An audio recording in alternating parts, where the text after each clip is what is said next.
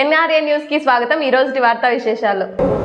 Doctor Babasaheb Ambedkar గారు ఇచ్చిన రాజ్యాంగ స్ఫూర్తితో ఆ యొక్క హక్కులతో మేము తప్పనిసరిగా మా పోరాటం కొనసాగిస్తేనే ఎస్సీ ఎస్టీ బీసీ ఈ యొక్క మైనార్టీ వర్గాల్ని మేము కాపాడుకునేకి అవుతుంది, లేకుంటే అయ్యే పరిస్థితి లేని ఉద్దేశంతో వచ్చే నెల 14వ తారీఖున చెలో కలెక్టరేట్ కార్యక్రమానికి పిలుపునివ్వడం జరిగింది। మరీ ముఖ్యంగా మేము తెలియజేసేది ఏంటంటే, రంగనాథ్ రెడ్డి గారు ప్రజాస్వామ్య పద్ధతిలో ఏమైనా ఉంటే నీకు ఆదినారాయణకి మధ్యలో ఏమైనా లావాదేవీలు లేదా ల్యాండ్ వ్యవహారాలు ఉంటే మీరు చట్టపరంగా పోలీసుల పరంగా కేసుల పరంగా కోర్టు పరంగా తేల్చుకోవాలి తప్ప మేము ఏమి జరిగింది ఆ యొక్క అంశాన్ని మేము తెలుసుకుందామని చెప్పేసి చర్చా వేదిక పెడితే మాపైకే దాడికి వస్తావా, సరే ఎలాగో దాడికి వచ్చావు, ఇక నుంచి మీరేందో మేమేందో అంటే మేము లేకపోతే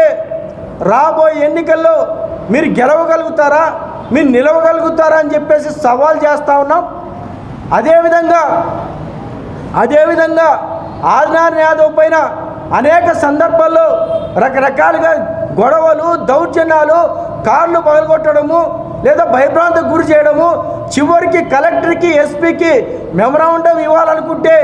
అక్కడికి కూడా పోలీసులను అడ్డబెట్టి తనని నియంత్రించాలని చెప్పేసి ఉద్దేశంతో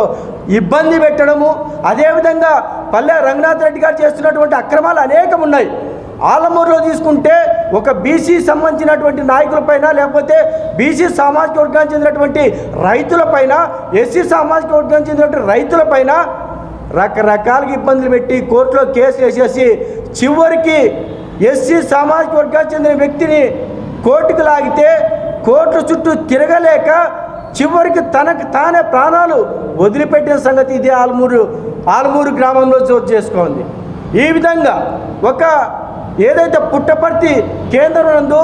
ఒక జర్నలిస్ట్, ఆ జర్నలిస్ట్ తన ఏదైతే అక్రమాలు భూ కబ్జాలు రకరకాల దౌర్జన్యాలకు పాల్పడుతూ ఉంటే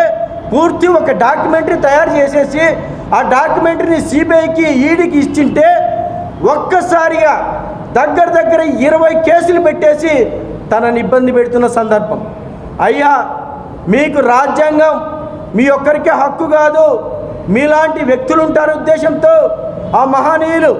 డాక్టర్ బాబాసాహెబ్ అంబేద్కర్ గారు ప్రతి ఒక్కరికి హక్కులు కల్పించారు। అదే హక్కుల ద్వారాగా మాట్లాడతాం,